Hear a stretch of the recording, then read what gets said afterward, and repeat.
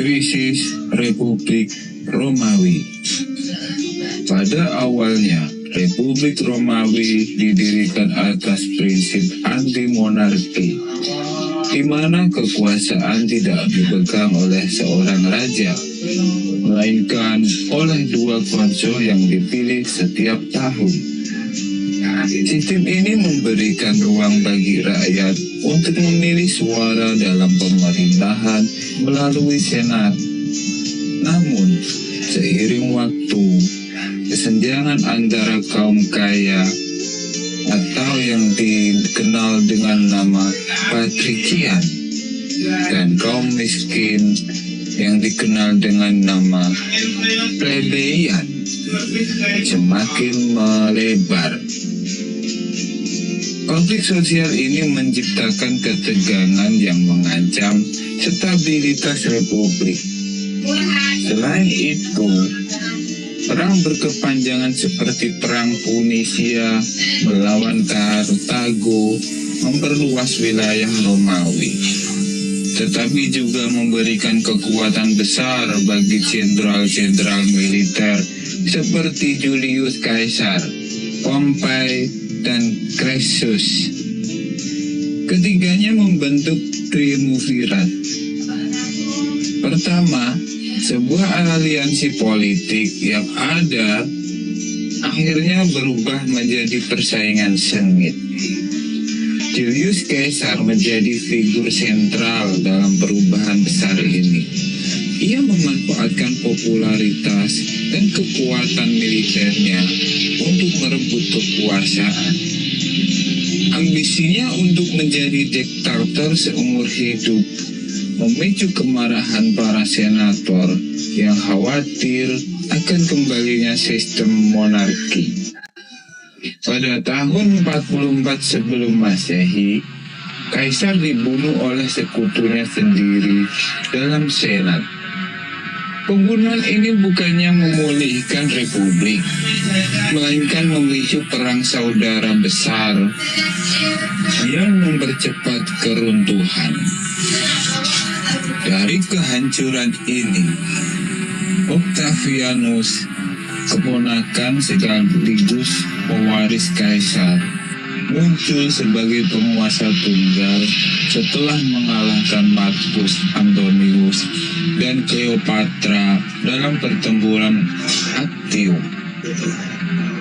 Pada tahun 27 sebelum Masehi, Octavianus mengubah namanya menjadi Agustus, Kaisar pertama Kekaisaran Romawi, menandai akhirnya dari republik dan awal era kekaisaran.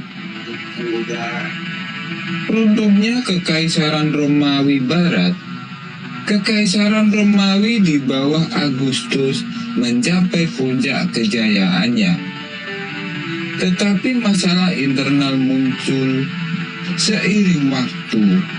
Kekuasaan yang begitu luas membuat sulit untuk mempertahankan stabilitas. Sementara itu, suku-suku barbarian di perbatasan seperti Visigoths, Ostrogoths, dan Hun mulai menekan wilayah Romawi.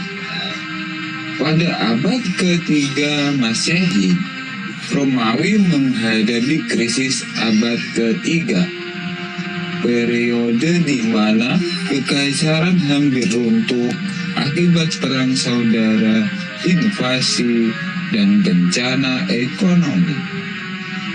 Untuk menyelamatkan kekaisaran, Kaisar Augustinus membagi kekuasaan menjadi dua bagian: Kekaisaran Romawi Barat dengan pusatnya di Roma, dan Kekaisaran Romawi Timur dengan ibu kota di Konstantinopel.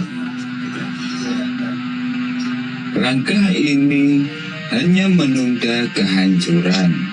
Kekaisaran Romawi Barat mengalami serangkaian invasi besar oleh suku barbarian.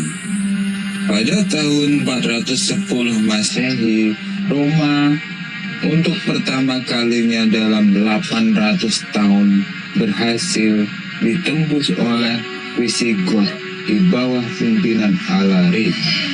Ini adalah awal dari kehancuran yang tidak terelakkan. Puncaknya terjadi pada tahun 476 Masehi ketika Kaisar Romulus Augustulus digulingkan oleh Odoacer, seorang pemimpin suku Germanik. Peristiwa ini secara resmi menandai akhirnya Kekaisaran Romawi Barat. Meskipun Kekaisaran Romawi Barat runtuh, bagian timurnya yang dikenal sebagai Kekaisaran Bizantium terus bertahan dan bahkan mengalami kebangkitan di bawah Kaisar Justinianus pada abad ke-6. Justinianus berusaha merebut kembali wilayah-wilayah barat yang hilang dan memperluas kekaisaran. Ia juga meninggalkan warisan besar dalam bentuk Corpus Juris Civilis, kumpulan hukum Romawi yang menjadi dasar sistem hukum modern. Setelah kematiannya, Bizantium menghadapi tantangan besar, termasuk serangan dari bangsa Arab, Persia, dan Turki. Kejatuhan Bizantium mencapai puncaknya pada tahun 1453 ketika Konstantinopel, ibu kota Bizantium, direbut oleh Sultan Mehmed II dari Kekaisaran Ottoman. Kota itu menjadi pusat baru bagi Ottoman dan berganti nama menjadi Istanbul. Dengan jatuhnya Konstantinopel, berakhirlah sisa terakhir dari Kekaisaran Romawi, menandai perubahan besar dalam sejarah dunia. Kesimpulan, keberadaan Kekaisaran Roma dari awal sebagai desa kecil hingga menjadi kekaisaran besar di dunia menunjukkan kebesaran sebuah peradaban. Namun, kejatuhannya juga mengajarkan kita bahwa bahkan kekuatan sebesar Romawi tidak kebal terhadap konflik internal.